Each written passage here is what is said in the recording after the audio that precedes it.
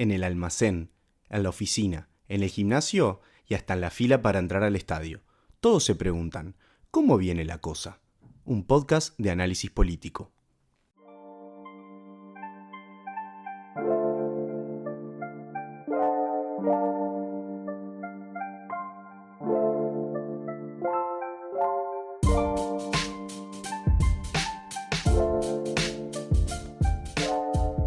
Y arrancamos con un nuevo episodio de La Cosa. Mauro Casa, quien les habla. Está Tamara acá conmigo. Tami, ¿cómo estás? Buenas, ¿qué tal? Un gusto volver a encontrarnos en un nuevo episodio, una nueva semana, con novedades siempre de lo que tiene que ver con la campaña electoral 2024. Tenemos por acá, por allá en los apoyos técnicos y operativos siempre del podcast a Fernando, que nos escucha. A ver, Fernando, ¿se escucha? Hoy estoy medio rezagado por problemas técnicos, pero volveremos con la programación habitual. Ese fantasma que está ahí de fondo, ese espectro, es Fernando, que está en los controles, nos está haciendo el aguante. Y decidimos para el día de hoy arrancar a meterle un poco de cabeza al tema de los plebiscitos, porque ha sido toda una discusión en sí misma. Hay parte de la discusión que me parece que tiene que ver con lo que prescribe la Constitución, ¿no? En términos de cómo se llega a un plebiscito y en términos de este tema que cada vez que hay un plebiscito se discute, que es, pero ¿por qué coincide con las elecciones? Digamos, como si fuera una decisión que toman los políticos cada vez o una decisión que se pudiera cambiar. Y esos son cuestiones que están estipuladas en la propia Constitución, ¿no? La Constitución, cuando regula los mecanismos de democracia directa, prevé que las reformas constitucionales se votan siempre en la elección inmediata, digamos, ¿no? Entonces, siempre cuando se llega a un mecanismo de este tipo, se puede votar junto con las elecciones nacionales o con las elecciones departamentales. No hemos tenido casos de votar plebiscitos con las elecciones departamentales, siempre han coincidido con elecciones nacionales, y eso es un problema en sí mismo, ¿no? Está claro que, que cuando el constituyente hizo ese cambio, evidentemente no estaba contemplando la posibilidad, como está pasando ahora, de que, pueda haber múltiples propuestas y cómo los plebiscitos quedan bastante empañados por la discusión más central, que siempre es la elección presidencial. Sí, exacto, y en función de eso, cómo juegan también o terminan jugando papeles mucho más relevantes e importantes en los apoyos en términos de sectores, de candidaturas y también de partidos políticos. Pero ha sido una característica de la propia democracia uruguaya de los últimos, sobre todo, 20 años, desde la salida democrática, tener siempre en nuestras instancias electorales nacionales una o más de una propuesta de reforma constitucional con distintos resultados, con distintas formas, pero sí es cierto que es una cuestión siempre a analizar en qué sentido puede verse menguada la posibilidad de dar una discusión o dar un debate profundo y exhaustivo sobre los temas que tienen que ver con las propuestas plebiscitarias y también sobre efectivamente su resultado, que como decías, Mau, queda bastante empañado con lo que es la campaña electoral nacional. Por eso también es un desafío pensar que podemos llegar a tener hasta 4 propuestas plebiscitarias para octubre y en función de eso, qué papel o qué rol puede llegar a jugar en el debate o en la discusión pública cada uno de ellos. Sí, a mí a nivel normativo creo que está claro que sería lo mejor poder ir a un sistema en el cual los plebiscitos tuvieran un día en sí mismos, donde el debate se gire en torno a la propuesta de reforma constitucional o a varias propuestas de reforma constitucional que se sumen y que se voten en un mismo día. Pero claro, al quedar junto con la elección nacional y al ser en Uruguay las elecciones nacionales también tan centralizadas, porque en la elección nacional nosotros elegimos todo, ¿no? Elegimos parlamento, elegimos presidente de la república, más allá de que después pueda haber una segunda vuelta. Entonces, claro, la discusión queda siempre mucho más centrada en la presidencia. Pero es una cuestión que está así escrita en la Constitución. Así como también está escrita en la Constitución la forma a través de la cual se llega a un plebiscito, ¿no? Y en general estamos acostumbrados más a los mecanismos de democracia directa a través de la consulta popular mediante la recolección de firmas, ¿no? Es como ha sido más bien la tónica en la cual hemos tenido la mayor parte de los plebiscitos en las últimas décadas, que es como la Constitución impone que para poder llegar a una consulta popular se tiene que reunir el 10% de las firmas del padrón electoral, ¿no? Entonces ahí es como lo que estamos recontra acostumbrados, uruguayos y uruguayas, es a gente juntando firmas para cosas, digamos, ¿no? Gente juntando firmas para cambiar la Constitución y los temas más variados, ¿no? En este momento no le vamos a poner el ojo podemos llamar los plebiscitos más falopa, digamos, los plebiscitos más chiquitos, los que están en la vuelta, que no van a llegar con las firmas pero que claro, siempre hay gente juntando firmas para hacer cosas en la Constitución. Hay algunos plebiscitos que están ahí en la vuelta que con los que no nos vamos a meter hoy, pero vamos a hablar de los que han tenido más posibilidades o los que ya están confirmados de entrar. Y arrancamos por los que vienen como derivados justamente de una campaña de recolección de firmas, y el primero de ellos es el que en estos días ya se confirma que va a suceder, o muy probablemente, que es la recolección de firmas que ha hecho el PIT-CNT y una parte de sectores del Frente Amplio para cambiar el sistema de seguridad social en el Uruguay, ¿no? Y ya en la definición es un poco engañoso, ¿no? Porque, bueno, en la definición, quienes recolectan firmas hablan de, bueno, una reforma para echar para atrás la reforma de seguridad social que aprueba este último gobierno de la coalición de la calle Pou, pero en sí, si uno lee la propuesta, es mucho más que eso, ¿no? Porque el plebiscito, es cierto, echa para atrás parte de la reforma que se hizo en el último periodo, sobre todo lo que tiene que ver con la edad de jubilación, porque la edad de jubilación se aumentó a los 65 años y este plebiscito fijaría en la Constitución que la edad de jubilación vuelve a los 60 años, en ese sentido es volver al sistema anterior, pero las otras dos propuestas no es volver al sistema anterior, sino que es derogar el sistema de seguridad social que existía en Uruguay desde el 96 hasta ahora, porque propone justamente la derogación de las AFAP de manera tácita, pero bastante clara, en el sentido de que no se puede, no se permite la capitalización privada del ahorro individual en el sistema de seguridad social, eso da echa por tierra el sistema de las AFAP, y también establece un mecanismo para el cual las jubilaciones queden indexadas, las jubilaciones mínimas queden indexadas a los salarios mínimos también en Uruguay. Esos son elementos novedosos, que no son derogar la última reforma, sino que es modificar todo el sistema de seguridad social tal como lo conocíamos, ¿no? Sí, exacto, y eso da cuenta de lo que fue, tiene que ver, digamos, con lo que fue el proceso de discusión sobre qué acciones realizar en el momento en el que la Ley de Seguridad Social y Jubilaciones se aprueba ahí por fines de abril, cumple un año en realidad, ¿no? Fines de abril de 2023, una reforma que, como decíamos, reestructura todo el formato, digamos, no solamente de las edades mínimas para la jubilación, sino también de la forma de computar, digamos, los recursos, pero bueno, deja vigentes, como decías vos, Mau, algunas cuestiones relativas a la reforma de 1996. Cuando existe esta reforma aprobada por la coalición de gobierno en el marco legislativo, se empieza a dar una discusión muy grande en la oposición, en el Frente Amplio, y en distintos movimientos sociales sobre, qué acciones o qué actitudes llevar adelante para, poder mostrar, digamos, el rechazo a lo que eran las modificaciones. Y el tema de hacer un plebiscito empezó a surgir tempranamente, ¿no? El PIT-CNT empezó a empujar, digamos, esa idea. El Frente Amplio en su momento la abrazó, la discutió, pero consideró que no era, digamos, el mecanismo, no era el recorrido que querían transitar. Se empezó a plantear desde el Frente Amplio más una intención de querer generar en un próximo futuro gobierno del Frente Amplio un marco de discusión de diálogo nacional, pensando, digamos, en reformar la ley vigente desde el marco parlamentario, claro, sobre todo, ¿no? Pero con alguna idea sin dudas en el Ejecutivo, en el caso de que el Frente Amplio accediera al gobierno, y atravesar un proceso de reforma y de cambio a través de ese mecanismo y no utilizar algún mecanismo de democracia directa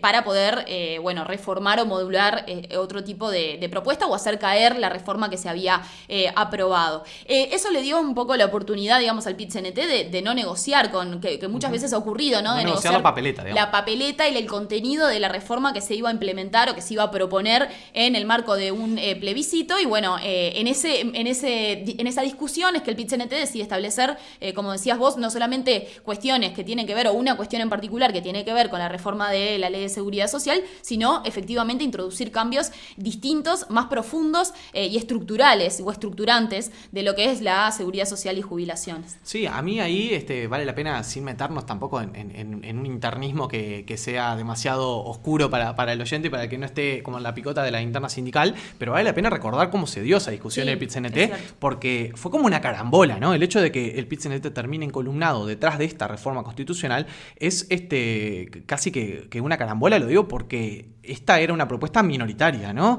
Había tres propuestas, había tres posturas en el PIT-CNT, la postura, digamos, de los sindicatos, que siempre se dice los sindicatos radicales o los sindicatos que estaban más a la izquierda, incluso muchos de ellos que son de izquierda extra Frente Amplio, ¿no? Sindicatos que son como de la izquierda extra FA, que tenían esta propuesta, que era derogar parte de la reforma aprobada por el gobierno con todo el tema de la edad jubilatoria, pero ya de paso llevarse puesto las AFAP, digamos, ¿no? Porque era la postura histórica de la Asociación de Trabajadores de la Seguridad Social y otros trabajadores del Estado y de sindicatos más radicales, que era, ya de paso, si vamos a tocar la Constitución por este tema, reformamos de fondo y aumentamos las jubilaciones con el salario mínimo nacional y nos llevamos puesta las AFAP. Bien, esa es una propuesta que no va en línea, digamos, programáticamente con lo que ha hecho el Frente Amplio en los 15 años en los cuales fue gobierno, ni hacía mucho tiempo que en el Frente Amplio, en los programas del Frente Amplio, no contemplaban la derogación, explícitamente la derogación de las AFAP. Hace, ya te diría que varias décadas, ¿no? Quizá, no me acuerdo textual, pero probablemente en el 99 sí, probablemente capaz que en el programa para el 2004 algo había, pero después esos programas se fueron lavando y ya el Frente Amplio no tenía esa propuesta programática. Y luego había una postura más en el medio, que era la postura que llevaba el Partido Comunista, que llevaban otros sectores, que era, bueno, no, deroguemos el tema de la edad jubilatoria, ¿no? Volvamos pongamos a la Constitución que la edad jubilatoria tiene que ser a los 60 años. Bien, era otra propuesta. Y luego estaban un montón de sindicatos más hacia el centro, sindicatos que sí, que tienen una afiliación más de izquierda, pero quizás más afines a otros sectores del Frente Amplio, que decían, no hagamos nada, o sea, no hagamos ninguna reforma jubilatoria y vayamos por el camino que propone el Frente, que es un diálogo nacional para reformar la seguridad social por vía legislativa. O sea, había 3 propuestas sobre la mesa. Una propuesta de no hagamos nada, una propuesta de toquemos solo la edad jubilatoria y una propuesta que era, ya que estamos, le damos con todo. Y gana esta última propuesta porque las otras dos no se pudieron poner de acuerdo. Digamos, no pudieron, entre los que no querían nada y los que querían solamente cambiar la edad jubilatoria, no pudieron acordar o no encontraron los mecanismos para poder bloquear esta tercera propuesta que, si se compara con las otras dos, es minoritaria. Pero en una lógica de tercios, gana, es el pequeño tercio mayor que los otros 2 tercios y termina siendo la postura de todo el PIT-CNT. Desde ser la postura del PIT-CNT, arranca un debate en el resto de las organizaciones sociales que terminan, en su mayoría, acompañando al PIT-CNT y se abre una brecha en el Frente Amplio que recuerdo que el año pasado, por septiembre-octubre, fue encarnizada, ¿no? Hubo una discusión muy fuerte en la cual hubo sectores, sobre todo ligados al Partido Comunista, recuerdo al senador Andrade y otros, diciendo que si el Frente Amplio no acompañaba, se estaba poniendo de espaldas al movimiento social, se estaba poniendo de espaldas a una propuesta. Hubo una discusión muy candente en la cual el Frente Amplio la termina resolviendo dando libertad de acción. Libertad de acción en el marco de la campaña de recolección de firmas, ¿no? Porque todavía no se estaba en el contexto de que iba a haber un plebiscito. Era decir, bueno, el Frente Amplio ya decidió su estrategia, la estrategia del Frente Amplio es ir por el diálogo nacional cuando sea gobierno, como explicaba Tamara, y lo que permitimos es sí, cada quien sabe con libertad de conciencia y libertad de acción, cada sector, si firma, si no firma, si se mueve, si no se mueve, si acompaña, si no acompaña, y el Frente explícitamente dice que no se podían utilizar los recursos del Frente Amplio para esto, o sea, no se podían utilizar los comités de base, o sea, no se podían utilizar recursos financieros del Frente Amplio para esta campaña. Bien, lo que pasa en ese marco, los precandidatos arrancan a hacer equilibrio, ¿no? Los precandidatos empiezan, bueno, a ver si firmo, si no firmo, si acompaño, si no acompaño, pero claro, todos especulando con si se llegaba o no se llegaba a las firmas. Ahora las firmas parece que están, digamos, igual también hay un proceso interesante en el cual va a llevar todavía un tiempo la validación, ¿no? Porque las firmas que va a entregar el PIT-CNT y los sectores del FA que acompañan esta propuesta, parece que están bastante al filo del mínimo requerido, o sea, no están tan sobrados de firmas, por lo cual se van a tener que contabilizar las firmas y la Corte Electoral probablemente no termine de contar hasta que ya hayan pasado las elecciones internas. Entonces, es probable que no sepamos con certeza si hay plebiscito o no hasta ya pasadas las elecciones internas, para las cuales no falta tanto, faltaban casi 2 meses. En fin, esto, si nos vamos como al panorama más... No entremos yo por lo menos no tengo interés en entrar en la discusión de fondo si la reforma es buena, si la reforma es mala, en términos para el Uruguay, porque bueno, de última va a haber tiempo para discutir esto si la reforma prospera. Pero lo interesante es cómo ha pegado en la campaña, ¿no? Y a mí me parece que ahí el gobierno de la calle Pou esta propuesta ha sido como agua en el desierto, ¿no? Le vino bárbaro por muchos factores. Por un lado, porque el presidente de la calle Pou termina teniendo un arma y una herramienta para poder incidir directamente en la campaña, porque ya se vio con el tema de la LUC que el presidente, cuando tocan una reforma propia a través de un mecanismo de democracia directa, una reforma de su gobierno, interpreta que él puede salir a defender una reforma de su gobierno y que eso no es hacer política electoral, lo cual tiene vedado constitucionalmente. Entonces, bueno, es como que le permitís al gobierno que ponga a jugar a su mejor jugador, que es el presidente, a defender su reforma de la seguridad social. Y del otro lado, el Frente Amplio, que queda en una situación cada vez más rara y más bizarra. Hace un par de días escuché a Fernando Pereira decir algo así como, parecía el Chavo del Ocho, ¿no? Porque dijo algo así como, yo he decidido que no voy a decir si firmé o no firmé por este plebiscito. Lo cual, para un líder político, ya llega un punto que es como decir, a ver, o sea, ¿qué que el nivel de equilibrio que tiene que hacer en la interna de su partido el presidente del Frente Amplio sea que no puede decir públicamente una figura política, pues no es un particular, usted en su casa que puede decir, no te digo nada, si firmé, si no firmé, si voy a votar, no voy a votar, problema mío, pero que el presidente de la principal fuerza política del Uruguay diga que no va a decir lo que va a hacer frente a un plebiscito tan importante como este, te marca lo que es lo picada que está en la interna en torno al plebiscito en el FA. Sí, y también las dificultades que están teniendo también los propios precandidatos, ¿no? Para plantarse y establecer, digamos, una postura que en el caso de Orsi quizás ha estado más asegurada y sobre todo con mayor tranquilidad dentro de los sectores, porque ninguno de los sectores que integran o que apoya la campaña de Orsi ha manifestado abiertamente como sector ni militado activamente para que este plebiscito saliera.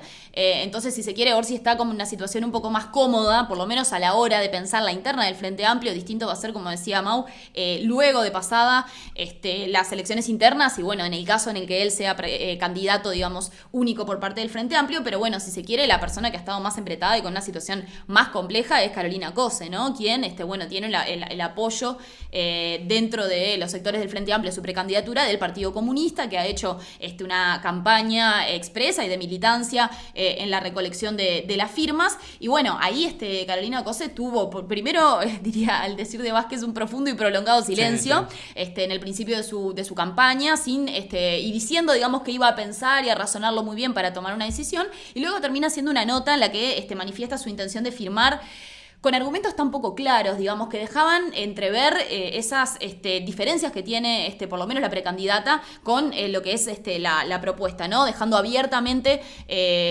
claro, digamos, que no había un acompañamiento firme y seguro a lo que es la idea de plebiscito. Ahí hablaba como de que firmaba para tratar de promover que la democracia diera un debate sobre estos temas, sabiendo que, bueno, si queremos dar debate, podemos darlo desde otras estrategias en el marco de la campaña electoral hacia octubre y no necesariamente teniendo que fomentar, digamos, el desarrollo de un plebiscito, ¿no? Un lugar bastante incómodo para Carolina Cose que continúa haciéndolo en la medida en que el plebiscito sí o podría llegar a tener éxito y bueno, no existe de parte de ella una certeza sobre los beneficios o sobre el apoyo a esa propuesta. Sí, no se pronuncia sobre el tema de fondo, ¿no? Que es lo clave. A ver, una precandidata de presidencia que no dice explícitamente si le parece bien o mal que la Constitución diga lo que diría la Constitución si este plebiscito es aprobado. Un tema que es central para la vida del Uruguay. Sobre todo pensando que es una reforma que va a tener que ser implementada por el gobierno que viene, que implica cambios a nivel del gasto público que son importantes. Brutales. Y por lo tanto, bueno, que tiene que tener presente, que tiene que tener una postura, digamos, a nivel de precandidaturas, donde, como decías vos, Mau, o sea, el oficialismo tiene una postura más clara, de mucha más tranquilidad a la hora de pararse sobre esto, y parece que el Frente Amplio sin duda va a ser uno de los problemas que tenga a lo largo del plebiscito, sobre todo porque, como mencionábamos antes, los plebiscitos se realizan con las elecciones nacionales, el apoyo y los apoyos que tengan los candidatos, digamos, hacia ellas o no, son los que brindan también posibilidades de poder dar la discusión, de poner el tema en agenda, y es obvio y evidente que si esto prospera hacia octubre, va a haber una intencionalidad del PIT-CNT o de algunos sectores del Frente Amplio de poner el tema en la agenda política de las elecciones nacionales. Obvio. Y bueno, el Frente Amplio tendrá que decidir en ese sentido qué postura toma a nivel de la estrategia de campaña hacia octubre. Sí, yo creo que en el fondo tanto Cose como Orsi, como todos el Frente Amplio, se van a dormir a la noche deseando que por favor las firmas no estén, porque es lo peor que le puede pasar al Frente Amplio. Me parece a nivel campaña tener que comerse en una campaña nacional donde se está jugando poder volver al gobierno y donde hay una campaña que sabemos que la elección se va a definir de manera muy fina, un tema que evidentemente lo embreta, lo complica, le da armas al gobierno para defender su gestión, le pone al Frente Amplio frente a esa contradicción de esa caricatura que se hace desde la derecha, pero que bueno, que en este caso funciona, que es bueno, el Frente Amplio queda embretado por los sectores más radicales, por propuestas que vienen como desde lugares de la periferia, este es el peor Frente Amplio, bla, bla, todo ese discurso que se utiliza desde la campaña de Delgado y de otros, bueno, es como un poco darle ese pasto a esas fieras, si uno lo mira desde el punto de vista del FA. Y la otra propuesta que anduvo en la vuelta también, porque parece que en este caso las firmas no están, pero bueno, las firmas se pueden seguir recolectando porque se pueden presentar más adelante y que coincidan con otra elección, por ejemplo, las elecciones departamentales, eso es toda una discusión aparte, pero el otro plebiscito que anda en la vuelta, o la otra recolección de firmas, es la que está promoviendo Cabildo Abierto, bajo el rótulo de por una deuda justa, ¿no? Que es un plebiscito que intenta poner en la Constitución, digamos, como que bajar un poco a tierra el artículo constitucional Constitucional que habla en contra de la usura, en contra de que, bueno, hay un artículo bastante vago, bastante principista en la Constitución que dice, bueno, que no se podrá, se prohibirá la usura en todo el territorio nacional, y Cabildo Abierto sostiene que, bueno, que hay muchos uruguayos que están viviendo situaciones de ser víctimas de la usura por parte de prestamistas y de instituciones bancarias, e intenta poner en la Constitución aspectos muy concretos referentes a en qué condiciones se pueden dar préstamos, cuáles serían los topes de interés que pueden cobrar los préstamos. También materia que, evidentemente, si uno lo mira de cualquier punto de vista, no es materia como constitucional porque es recontra puntual, recontra concreta, ¿no? Pero bueno, Cabildo sostiene que intentó dar ese debate a nivel parlamentario, ha habido proyectos de ley en la vuelta, ninguno se aprobó, y bueno, y que el resto del sistema político no le está entrando a este problema que es real, que mucha gente lo tiene, sobre todo sectores más humildes que no pueden acceder al crédito bancario tradicional y terminan en situaciones súper riesgosas, en condiciones de préstamos de usura y hasta de riesgo, de violencia.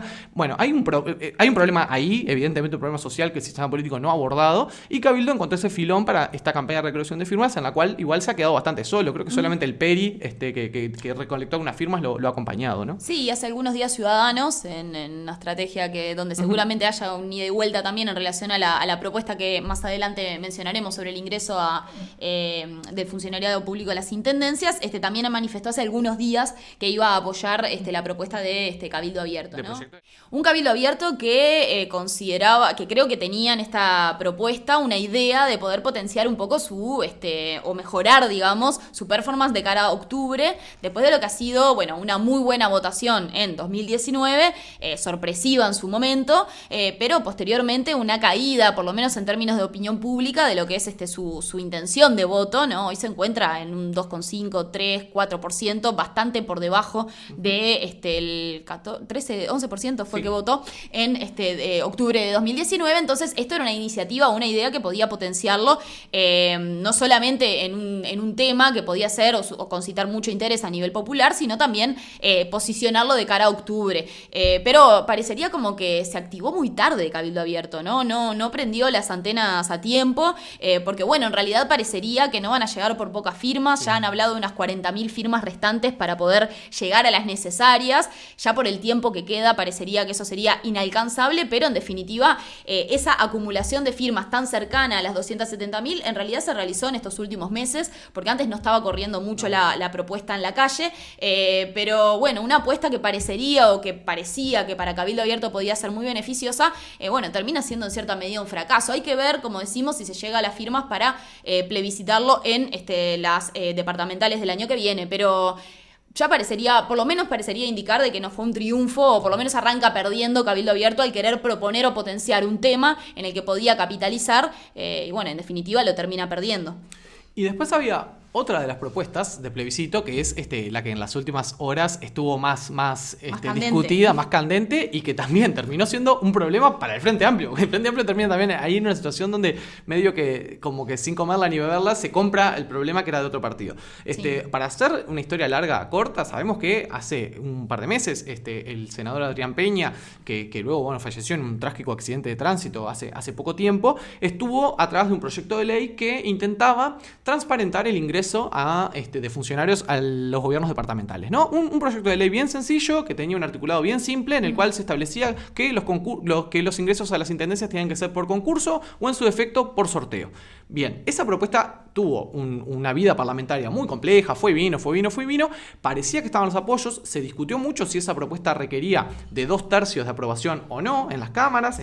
Hay quienes sostenían que sí, quienes sostenían que no, los que sostenían que sí decían que era porque se vulneraba las autonomías departamentales, por lo tanto se requerían 2/3 de la aprobación. Bueno, al final se llega a la conclusión de que sí se requerían los 2/3 y se va a votación en el plenario de la Cámara de Senadores, y la propuesta recibe el apoyo de todo el Partido Colorado, incluyendo el sector Ciudadanos de Adrián Peña, de Cabildo Abierto y del Frente Amplio, ¿no? Y fracasa porque le falta un voto. Para llegar a los 2/3 requería que al menos un senador del Partido Nacional apoyara. El Partido Nacional ahí vivió una interna de la cual se habló muy poco, pero en la cual había senadores que estaban proclives a votar, como Graciela Bianchi, como Beatriz Argimón, como Jorge Gandini, los senadores que, si se quiere, son los que no tienen una representación directa de las intendencias, que no son intendentes ni exintendentes. Ni han sido representantes departamentales. Exacto. Por fuera de Montevideo. Son como se podría hablar los senadores nacionales del Partido Nacional que tenían una predisposición a votar y que en un momento bajó el liñazo, no sabemos si de torre ejecutiva o de la interna del Partido Nacional, en la cual no se acompañó. Los intendentes del Partido Nacional, que son la fuerza política principal o el peso político principal, que son los que tienen los votos en el territorio,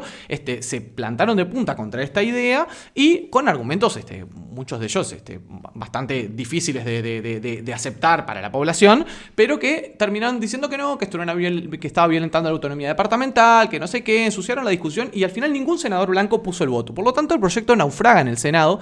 A los pocos días ocurre el fallecimiento de Adrián Peña en un accidente de tránsito y a los pocos días ocurre una salida de Ciudadanos, de su candidato Robert Silva, el candidato presidencial de Ciudadanos, poco más que hablando, como en una suerte de homenaje a Adrián Peña, hacer la propuesta de ir a una reforma constitucional por este tema. Y acá entramos en otro de los mecanismos que prevé la Constitución para poder hacer una reforma constitucional, que es que 2/5 de integrantes de la Asamblea General, o sea, 2/5 de la suma de senadores y diputados, firmen como una ley constitucional que luego tiene que ser aprobada por plebiscito. Entonces, con 2/5 del Senado, de la Asamblea General, se puede ir a plebiscito. Ha pasado en algunos temas hace ya bastante tiempo y siempre en las elecciones a veces termina sucediendo este mecanismo, que es el otro mecanismo que prevé la Constitución. El otro que prevé es una Asamblea Nacional Constituyente, que eso sí no tenemos hace, no sé, creo que, no me acuerdo, la última vez fue en 1830. Sí, eso. Que tenemos una Asamblea Constituyente, acá nos corregirá alguno de los oyentes, yo creo que no hubo ninguna, solo en 1830. Bueno, entonces, Ciudadanos sale con esta propuesta, una propuesta en la cual Ciudadanos no logra el apoyo de su propio partido, porque los otros senadores y diputados del Partido Colorado, los que no integran Ciudadanos, no respaldan esta propuesta. Se armó una picota interna en el Partido Colorado tremenda, donde se empezaron a tirar con todo los otros precandidatos acusando a Robert Silva de estar utilizando la muerte de Adrián Peña con fines electorales, o sea, acusaciones terribles, o sea, se picó mal. Los blancos hicieron mutis por el foro y dijeron: nosotros, si no votamos la ley, tampoco vamos a poner nuestra firma para un proyecto de reforma constitucional sobre este tema. Cabildo decide que sí y faltaban los votos del Frente Amplio. Con los votos del Frente Amplio se llegaba y se pasaban los 2/5. Y el Frente Amplio queda embretado también en una discusión que no era propia, digamos, que era una discusión del Partido Colorado. Primero Fernando Pereira, el presidente del FA, arranca con bueno, no, pero es un problema de los colorados, que los colorados no tienen, Ciudadanos no tienen ni el apoyo de su partido y nos viene como a pedir a nosotros, no sé qué, pero el tema en un punto tenía respaldo de gente del Frente Amplio, en particular del sector de Vergara, que decía, bueno, discutámoslo, y el tema termina llegando a una mesa política del Frente Amplio que termina resolviendo al respecto en las últimas horas y resuelve también de una manera bastante que parece de película, termina resolviendo en contra, pero con el voto a favor de casi 2/3. Digamos, lo que tiene el Frente Amplio es que en este tipo de temas hay 1/3 de la mesa política que puede vetar. Digamos, si 1/3 de la mesa política vota en contra de esta propuesta, la propuesta queda vetada. Entonces, más o menos fue lo que ocurrió. Prácticamente 2/3 del Frente Amplio estaba a favor de acompañar esta propuesta de Ciudadanos y de que fuéramos a un plebiscito de reforma constitucional por este tema, pero hubo 1/3 que básicamente era el Partido Comunista, el Nuevo Espacio y algunos representantes de las bases militantes del Frente Amplio que terminan vetando esta propuesta, y el Frente Amplio termina diciéndole que no al Partido Colorado y no vamos a tener, por lo pronto, un plebiscito por este tema. Sí, exacto, y de vuelta, ¿no? Como una situación bastante engorrosa para el Frente Amplio, donde sobre todo desde el sector de Vergara, desde los espacios serenistas, se manifestó mucho rechazo a la decisión y a la definición tomada, se planteó, digamos, la necesidad de poder discutir este tema, y bueno, el Frente Amplio en realidad termina como un poco acusando más a las formas que al contenido, sí, ¿no?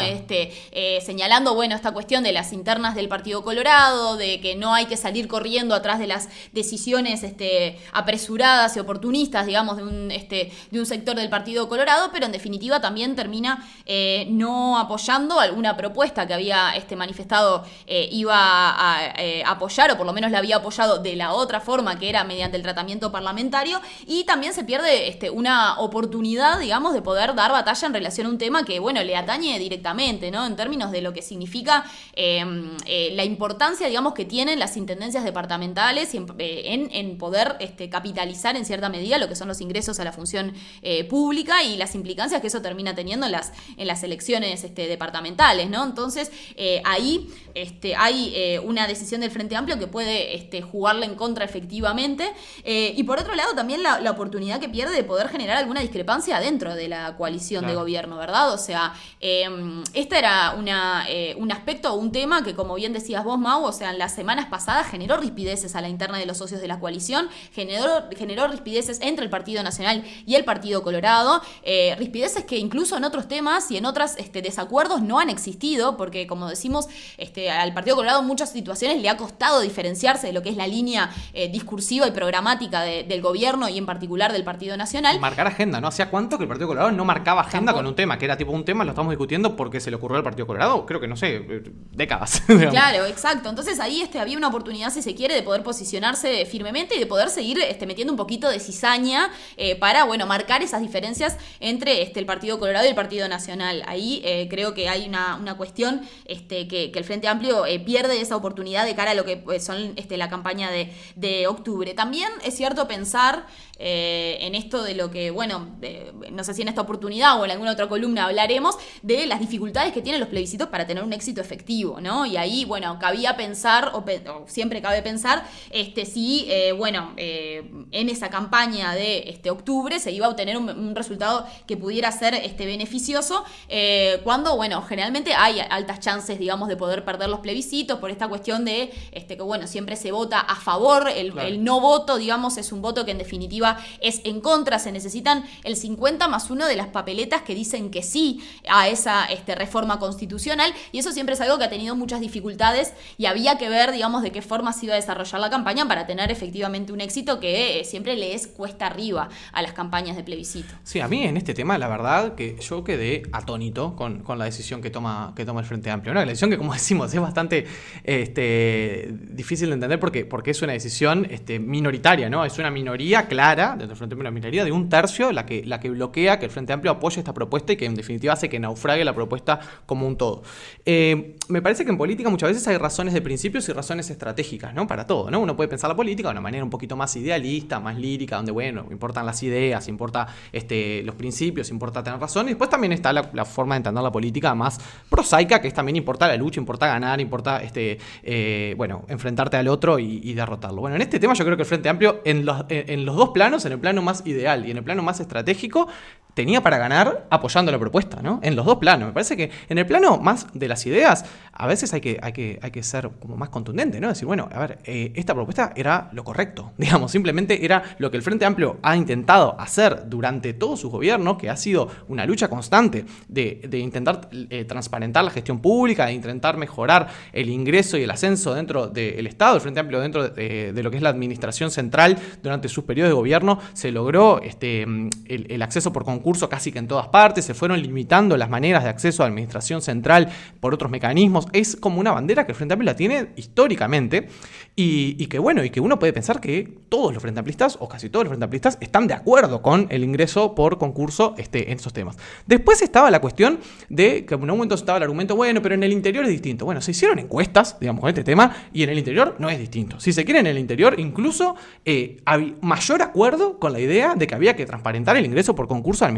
¿Por qué? Porque la gente muchas veces que vive en otros departamentos tiene incluso más presente el tema, tiene más claro la inequidad que supone la falta de oportunidad que hay para el acceso al empleo público en lugares donde la discrecionalidad de las intendencias es absoluta. Es en el plano ideal, ¿no? Uno piensa, bueno, por ahí había un argumento de fondo para apoyar esto, que es que esto era lo correcto, ¿no? Lo que había que hacer. Pero después está el argumento estratégico que vos lo esbozabas muy bien también, que es que a ver, si uno piensa para el Frente Amplio lo difícil que es competir en el interior del país, ¿no? Sobre todo en las elecciones departamentales, ¿no? Las últimas elecciones departamentales que se hicieron en 2020, el Frente Amplio se llevó una paliza. Digamos, el Frente Amplio prácticamente desapareció en algunos departamentos, perdió feo en departamentos donde antes competía, ejemplo Maldonado, perdió cualquier aspiración de poder, o sea, no quedó cerca de ganar en ningún lado que no sea en los 3 departamentos donde ganó. En Salto ganó porque la coalición no pudo ir junta porque no se pusieron de acuerdo. Ahora la coalición va a ir junta en Salto. Y ganó votos contados. Por chirolas. Bueno, entonces, el Frente Amplio también tienen clarísimo los Frente Amplistas y las Frente Amplistas del interior que nos están escuchando, que uno de los motivos por los cuales le es tan difícil a la izquierda competir en el interior es porque el Partido Nacional tiene la maquinaria de cargos públicos de las intendencias, digamos. Hay que decirlo así claramente. Hay lugares donde son casos grotescos, como el caso de Artigas, donde toda la familia del intendente Carame es parte de la intendencia, bueno, y es una cosa ya bizarra y completamente feudal, pero en otros lugares que quizás no es tan así, pero en el fondo la competencia es uno de los grandes debes que tiene la democracia en el Uruguay, que es que la competencia por los gobiernos departamentales es completamente asimétrica cuando los intendentes tienen un poder de discrecionalidad que hace que sean prácticamente invencibles. En el Uruguay es prácticamente imposible ganarle a un intendente que va por la reelección. Es una cosa que es un problema de toda la democracia. Entonces, lo que muchos piensan es que al Frente Amplio ahí le faltó visión estratégica de decir, estás frente a una oportunidad histórica de quitarle al Partido Nacional una de sus armas más potentes de lucha política. Y en un contexto en el cual, vos decías bien, lo harías apoyado por todo el resto del sistema político, con una propuesta que sale del Partido Colorado, apoyada por Cabildo Abierto, o sea que ni siquiera tenés que poner la cara vos, digamos. Es una propuesta que enfrenta a integrantes de la coalición entre sí y que te permite subirte a un carro que te viene bárbaro. Y muchos entienden que la negativa del Partido Comunista de apoyar esto es para no ensombrecer el plebiscito de la seguridad social. O sea, hay un argumento mucho más táctico, no estratégico, sino de cortísimo plazo, que es decir, no vamos a acompañar ningún otro plebiscito porque vamos a ponerle fichas al plebiscito de la seguridad social. A mí me parece que para el Frente Amplio se pierde una oportunidad histórica. Orsi y Cose ya han dicho, no, bueno, pero esto lo vamos a discutir en el próximo periodo de gobierno, vamos a presentar un proyecto de ley y van a estar los votos. ¿Alguien le asegura al Frente Amplio que los votos de Cabildo y los votos del Partido Colorado van a estar para un proyecto de ley en un próximo periodo de gobierno del FA? No sé, yo no lo tengo tan claro. ¿El Partido Colorado va a acompañar algo que el Frente Amplio no le acompañó? Me parece que entramos como en un territorio de la chiquita en la política que es bastante jodido, ¿no? Sí, yo creo que ahí lo más triste es esto mismo, ¿no? Estuvimos tan cerca de aprobar algo que era sumamente deseable, digamos, para poder seguir aportando a la transparencia, digamos, en este caso de las intendencias departamentales, pero toda la estructura del Estado y de la administración pública. Y bueno, parecería que está difícil para volver a rearmar, digamos, un acuerdo tan grande o por lo menos tan establecido, digamos, de apoyos hacia esta iniciativa. De todas formas, ¿no? Yo creo que también hay que pensar que es compleja requiere de mucha voluntad a nivel estratégico y a nivel de campaña política poder ganar un plebiscito, ¿no? Y eso también significaba para el Frente Amplio ponerse al hombro efectivamente la campaña para poder obtener un triunfo, porque sabemos que el Partido Colorado, con el nivel de votación que tiene, es difícil que pueda ganar un plebiscito, por más fuerza que le ponga, solamente con la propia voluntad o campaña de del candidato único hacia octubre del Partido Colorado. Yo creo que ahí podía no ser Robert Silva, también podía pasar que el candidato único del Partido Colorado fuera otro que no apoyara al plebiscito. Que no apoyara, ¿no? Y ahí, bueno, quizás el Frente Amplio quedaba en una situación Tengo que salir a también defender complicada esto. de salir a defender algo que ni siquiera había sido dentro de su partido el que lo había como generado. De todas formas, a mí lo que me parece que es como bastante llamativo es el movimiento bastante rústico, si se quiere, de Ciudadanos, ¿no? Donde, bueno, no hubo un diálogo interno primero con su propio partido, por más que hubiera una opinión favorable, digamos, a que se realizara algún tipo de modificación sobre el ingreso a las intendencias, no hubo un diálogo de, por lo menos, no sé, llamar por teléfono. O sea, el asombro que había desde los otros sectores y los otros líderes, más allá de la propia competencia o de la estrategia a nivel de la interna, mostraba el asombro del no diálogo, ¿no? Y eso también es algo bastante... Sí. No es un tema de no diálogo, es un tema de que los senadores del Partido Colorado, que no eran de Ciudadanos, acompañaron sabiendo que no salía. O sea, Germán Coutinho, Tabaré Viera, acompañaron sabiendo que esto fracasaba. Y cuando vieron que ahora se podía hacer, bueno, se ofendieron porque no sé qué, y en el fondo no estaba la voluntad de apoyar esto. Y esto me trae a un tema que obviamente es opinión mía, me hago cargo, pero de cómo le cuesta al sistema político uruguayo atarse las manos en ciertos temas, ¿no? Cada vez que hay una discusión que implica que los políticos pierden poder o que se gana transparencia o que pierden opacidad, esas propuestas no salen. En la ley de financiamiento de los partidos políticos, que está ahí muriendo en el Parlamento desde hace 15 años por reformarse una ley que garantice pisos mínimos de transparencia en ese tema. Todo el tema de la JUTEP, de darle recursos. Tenemos una junta de anticorrupción, una junta de transparencia que es una vergüenza. Hay un pobre tipo, hay una pobre señora, no sé, creo que es una señora que está al frente, pero había un pobre tipo que un montón de veces iba al Parlamento a rendición de cuentas a pedir, por favor, contrátenme un abogado, porque tengo una junta anticorrupción que no tiene abogado, contrátenme, por favor, un técnico en TI, porque porque no tengo ni quien me arregle las computadoras. Una vergüenza, ¿no? Que el Parlamento no le dio jamás fondos a la JUTEP. Una corte electoral que también, que es la que tiene que controlar todo el tema de transparencia y financiamiento de las campañas, que no tiene capacidades ni recursos y nadie le vota un mango a la corte electoral para eso. Entonces, vamos arriba. Es como que cada vez que hay un tema en el cual los políticos pueden dar una señal de transparencia, de nos podemos atar un poco las manos entre nosotros, pero en una buena, ¿no? Yo te las ato a vos, vos me las atás a mí. No, muere. El tema ahí no, siempre hay excusas, hay discusiones, hay argumentos absurdos, ¿no? Porque el argumento de la autonomía departamental es absurdo. El argumento es decir, no, pero en el interior hacemos las cosas de otra manera, porque si yo estoy en Cerro Chato y necesito un maquinista, mirá si voy a hacer un sorteo. O sea, ir siempre a una casuística, la típica, la que te hace Sergio Botana, ese tipo de legisladores que argumentan con cosas completamente, viste, como casuísticas y menores. En departamentos donde el ingreso por designación es absoluto, digamos. Claro. Entonces es como decir, loco, a mí este tema me tiene caliente, ¿viste? Porque decir, no hay una vez donde demos una señal, porque después se pregunta, no, ¿por qué la gente descree de la política? ¿Por qué cada vez la gente cree menos en los partidos políticos? ¿Por qué el Parlamento cada vez tiene peor imagen? ¿Y qué queremos? Si cualquiera que siga una discusión con dedo de frente, pasan cosas como esta, pasan cosas... Ahora quedó el Frente Amplio como enchastrado, ponele que la cuestión arrancó en el Partido Colorado, pero a ver, antes de eso, y el Partido Nacional, los votantes del Partido Nacional no le reclaman a su partido que ponga los votos para una cosa así. Ahora los frente amplistas no le reclaman a su partido que acompaña una cosa así. ¿Cómo decir? Bueno, está, siempre lo mismo. Nada, siempre lo mismo, loco. Bueno, siempre, vos enojate. estoy en modo Peñarol. Siempre Claro. lo mismo, siempre lo mismo al final. Bueno. Siempre lo mismo con los jueces, siempre lo mismo. Bueno, pero no jugamos tan mal en la semana, ¿no? Claro. Perdimos bien, la de siempre, ¿no? Se perdió, pero se perdió Sí. bien. Bueno, vos te enojás por la parte del ingreso, como buen preocupado por la administración pública. Yo vengo de ahí, yo vengo Es de tu palo, del es campo tu de palo. estudios de la política pública y de la administración pública. Bueno, Sí, sí. ahora hablamos de mi palo, si se quiere. Calentate vamos vos ahora. Claro, ahora me voy a enojar yo un ratito y vamos a hablar en realidad de un plebiscito que sí ha sido exitoso, el que tenemos por ahora asegurado al 100% de estos 4. Pasamos raya. De todo lo que hablamos hasta ahora, todo en el aire, digamos. Todavía Bueno, son nada. todos, claro, exactamente. El de la seguridad social, casi seguro que sale, falta contar las firmas, los otros dos no salen. Ahora el que va a la Tamara, este es el que sí, vamos a tener que votar sí o sí, ya va a haber papeleta. Este es el que está asegurado, sí, es el que está asegurado hace ya bastante, ¿no? A fines del año pasado, entre gallos y medias noches, ahí se llegó finalmente a un acuerdo para, bueno, como decíamos, para la propuesta anterior, por el mecanismo que habilita que 2/5 de la Asamblea General firmen un proyecto de ley que tiene que ser reafirmado por un plebiscito, incorpora o habilita los allanamientos nocturnos, ¿verdad? Esta propuesta que ya nos debe sonar a todas y todos porque ya ha sido mencionada y ya ha formado parte de una propuesta plebiscitaria, en particular la propuesta y la reforma de seguridad que propuso el sector de Larrañaga en 2019, donde había 4 ítems de propuestas que implicaban, la militarización de la seguridad pública, o sea, la intervención de militares, digamos, en la seguridad, y en particular tenía que ver con había un punto, digamos, en particular que tenía que ver con la incorporación de los allanamientos nocturnos, reformando la Constitución, porque la Constitución actual lo que dice es que en los hogares, después de la noche, después de la caída del sol, no pueden haber allanamientos y no pueden haber ingresos a los hogares en ese sentido. ¿Qué flashbacks que me da lo que estás hablando? De que es verdad, en 2019 tuvimos esa propuesta de Larrañaga que tenía 4 puntos. Uno de ellos era los allanamientos nocturnos, propuesta que luego no logró la mayoría. Exactamente. Pero como también es antojadizo siempre el argumento de,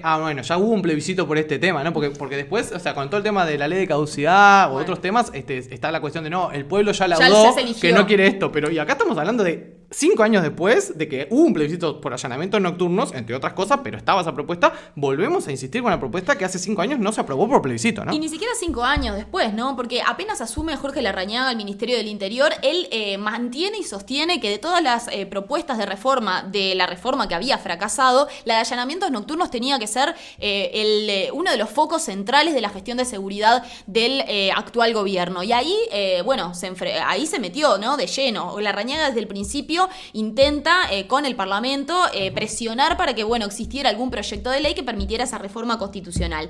Eso no prospera inicialmente, ¿no? Mismo porque dentro de los socios de la coalición había cierto resquemor de ponerse, digamos, en la voluntad de hacer algo que en su momento había sido rechazado. Pero una vez que ingresa, luego de fallecido Jorge Larrañaga, ingresa Luis Alberto Heber como ministro del Interior, sigue en esa lógica de seguir estableciendo distintos mecanismos y distintas ideas de cómo hacer llegar una propuesta o un proyecto de allanamientos nocturnos, que habilitara los allanamientos nocturnos y que fuera aprobada. Entonces, después de varias idas y vueltas, en conjunto con el senador Carlos Cami, se proponen, digamos, llegar a estos 2/5 de la Asamblea General, a esos 2/5 de las firmas de la Asamblea General para habilitar un plebiscito por los allanamientos nocturnos. En ese sentido, entonces, es que se firman o se llegan a estas firmas con todos los socios de la coalición aportando y apoyando esta iniciativa que se va a realizar y que va a ser entonces un plebiscito a llevar adelante en octubre de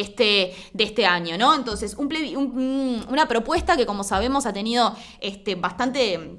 No solo ha caído, sino que es una propuesta bastante similar, digamos, a lo que es la línea de trabajo y política, digamos, de la gestión del Ministerio del Interior y de la seguridad por parte de este gobierno, donde, bueno, las cuestiones de poder avanzar en los criterios y las potestades policiales a la hora de accionar viene siendo como mucho la lógica y para ello es la única forma de poder combatir, en particular, el narcotráfico, ¿no? Lo que se menciona como principal justificativo es que en el combate al narcotráfico, las bocas que hay en los hogares, no se puede ingresar a la noche, que es cuando se vende, ¿no? Y a partir de allí es que se desarrolla todo un discurso por parte del gobierno sobre la necesidad urgente e imperiosa de poder habilitar los allanamientos nocturnos como única solución o como única opción para poder afrontar la lucha contra el narcotráfico, ¿verdad? Entonces, bueno, es una propuesta que sigue la línea del propio gobierno, que en definitiva se transforma también en un discurso que intenta poder